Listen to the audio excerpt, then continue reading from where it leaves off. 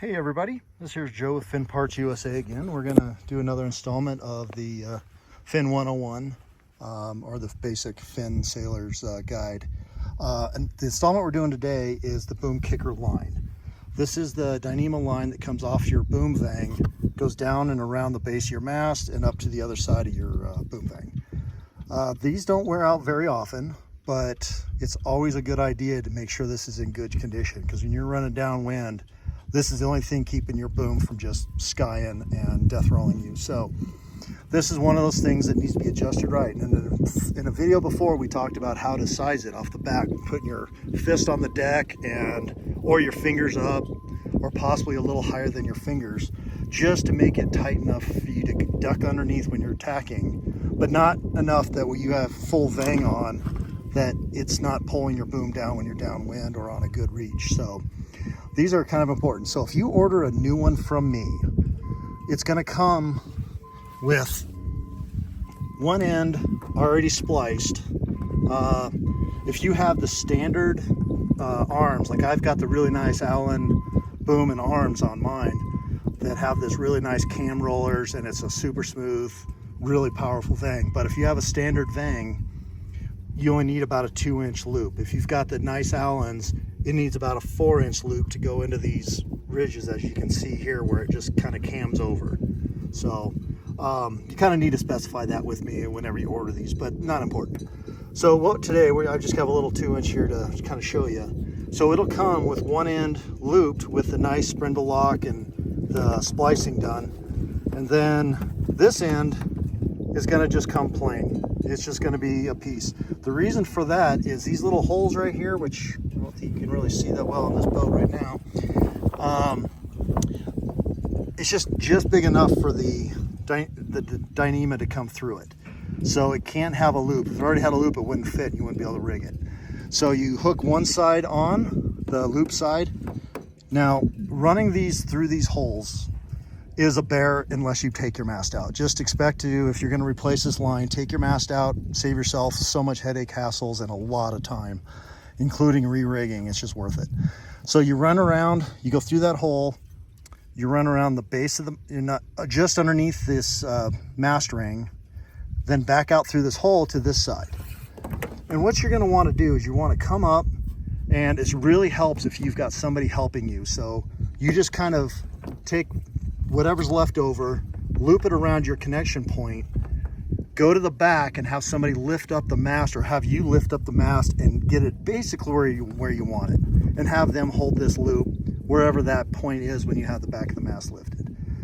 That will tell you where you should put your loop. Maybe have it go down a little bit because you want it to be adjustable. As you can see here on mine, I've got it spliced down. There's not a lock here because I don't want a lock, because I want to be able to adjust it. I have it come out here with a stopper knot.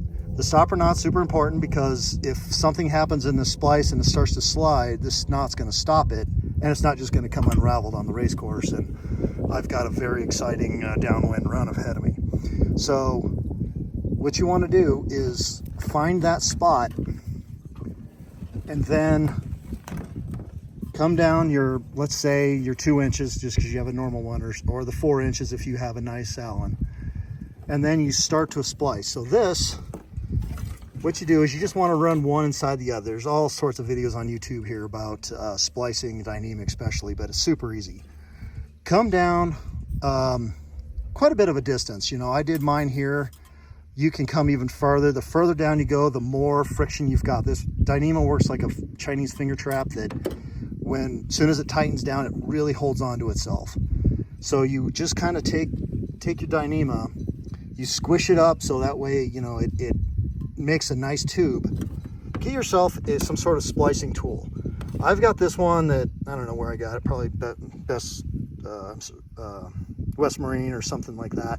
You don't have to buy a very specific tool. All you need is a piece of wire that's folded in half. It doesn't have to have the cool little handle or anything. Just a nice thin wire that's bent in half. You can go to your local hardware store, like here in Colorado, we got Ace Hardwares on every corner. They all sell like piano wire or really thin hobbyist wire. Maybe you go to a hobby store. They've got all sorts of these little wires. Take it, bend it in half, and you don't even have to do anything on this other end. You don't have to crimp it, you don't have to do anything, but you just want to be able to use that. So when you slide it up through your hole wherever it comes out, then you take a piece of Dyneema, or you take your splicing thing, you run it through, bend it over, and it pulls it right down, right out of where you want it. It's just that easy. And then you tie a knot somewhere, give yourself some adjustment. Now, I didn't give myself a lot of adjustment here because I know that it's set back there where I want it, and I rarely move it. There's some people that like to move it on different conditions. They like to slide it up and down. So give yourself a little bit of adjustment on the spot, but you make sure you tie a knot that's a stopper just in case your splice goes up. There's a lot of fids out there that are designed for splicing, and then there's lines on those fids, and depending on the size of fid and the size of line of how many fids you go down to make sure it doesn't slide. But really, you know, it's all kind of a personal preference if you really want to get that involved. And if you take it all the way down to here, off this splice from here all the way down to here, great. If you've got enough line to do that, fantastic. Then all I have to do to get this to adjust is just kind of scrunch it back up on itself, let out some line here, pulling it out of here, then milk it down and get it tight again. And that's how you adjust that. But when you order one of these from me or from anywhere else, it's going to come where you have to do a little bit of work and you have to splice it. It's super easy. You don't have to hire someone that knows how to, to do rigging or any of that splicing. It's super simple. You can do it yourself. Like I said, the best thing you can do is just go buy yourself a little piece of cheap wiring. It works really well, especially if you're on these holes right here. If you've got to run your lines up through these every time and you're having a hard time sticking them through, one of these, you stick it down, feed your line through it, then pull it right back up the exact same way, pops it right through, and it makes it super quick and easy to set these lines, to get these lines up through your mast holes.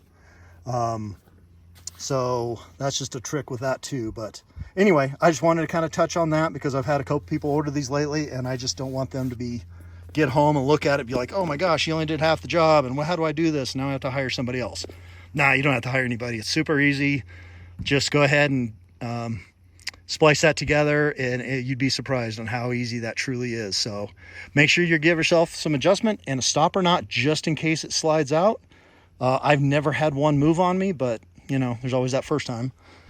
But other than that, that is about it for this. But yeah, that's just the boom kicker line, and make sure you keep it in good condition, because if it breaks, you've got some problems. So alrighty, if you have any questions, you can contact me at finnpartsusa.com.